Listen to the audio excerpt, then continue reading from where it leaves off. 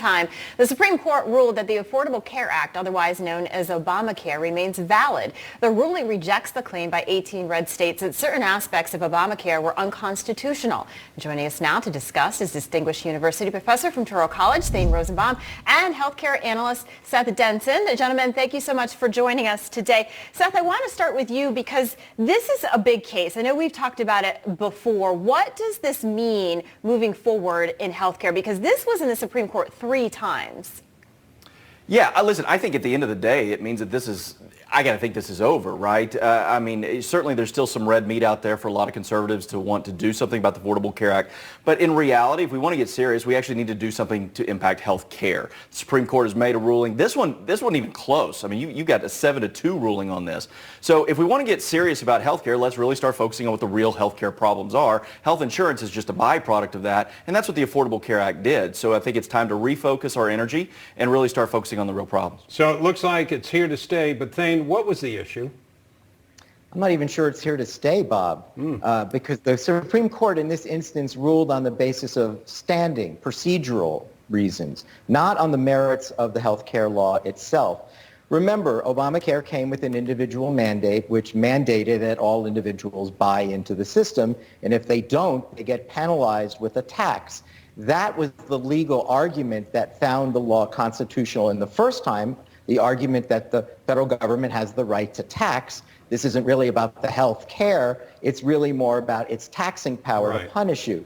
But when the law was changed to reduce the tax to 0, the question became, well, then why is the law still constitutional if there's no tax? And the answer is, what the Supreme Court decided today was the people that challenged this law have no standing, but because they weren't harmed. And you know why they weren't harmed? By opting out of the system, they received no tax. They were not penalized.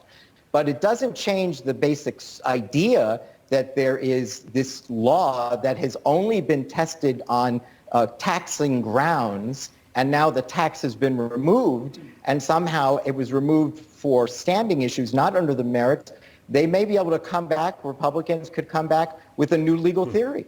Seth, do you agree? Well, listen, I learned long ago, don't get in an argument with a constitutional attorney unless you're prepared for it. That being said, the tax is still there. It's just a $0 tax, and trust me, I am all for paying a $0 tax. That's not a tax, though, Seth. That's not a tax. But, Bob, you got to understand. You had a Supreme Court justice say it was a tax, and it wasn't even represented as a tax. They created something to make sure the Affordable Care Act from Obama survived. And it did survive, and it survived now the 3rd time. And at the end of the day, a $0 under reconciliation or the Tax Cuts and Jobs Act, Republicans could not completely remove the language that said buy insurance or pay a penalty. So it wasn't about the Commerce Clause wasn't invalidated. There wasn't a challenge there. So again, President Biden has already stated he's going to bring the tax back up. And quite frankly, I'm shocked that Democrats didn't take this out of the Supreme Court's hands originally by just increasing it. They could have done it through reconciliation, and likely we'll see in the next reconciliation bill. All right, Thane, chance to respond? Well, let's not forget the pandemic. That always plays a role in our lives. 40 million Americans had Obamacare. And so it seemed to me so unlikely, unless there was a replacement out there, that they would essentially take the insurance away from 40 million Americans during a pandemic. I think that had something to do here. Yes, 7-2. There was some original thinking that the court would sever the mandate, split it off, and then examine the constitutionality of the law without the mandate.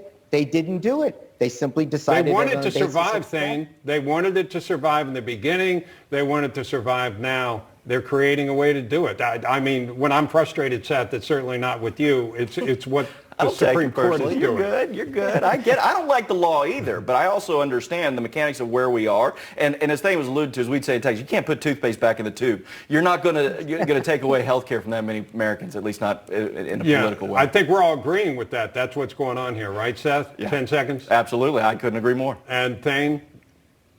Yeah, I mean, I think that they wanted to preserve it. And I think they kicked the can again down the road.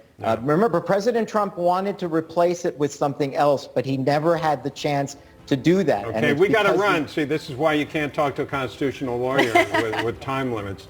Seth Denson, Thane Rosenbaum. Thank you, gentlemen. Back after this.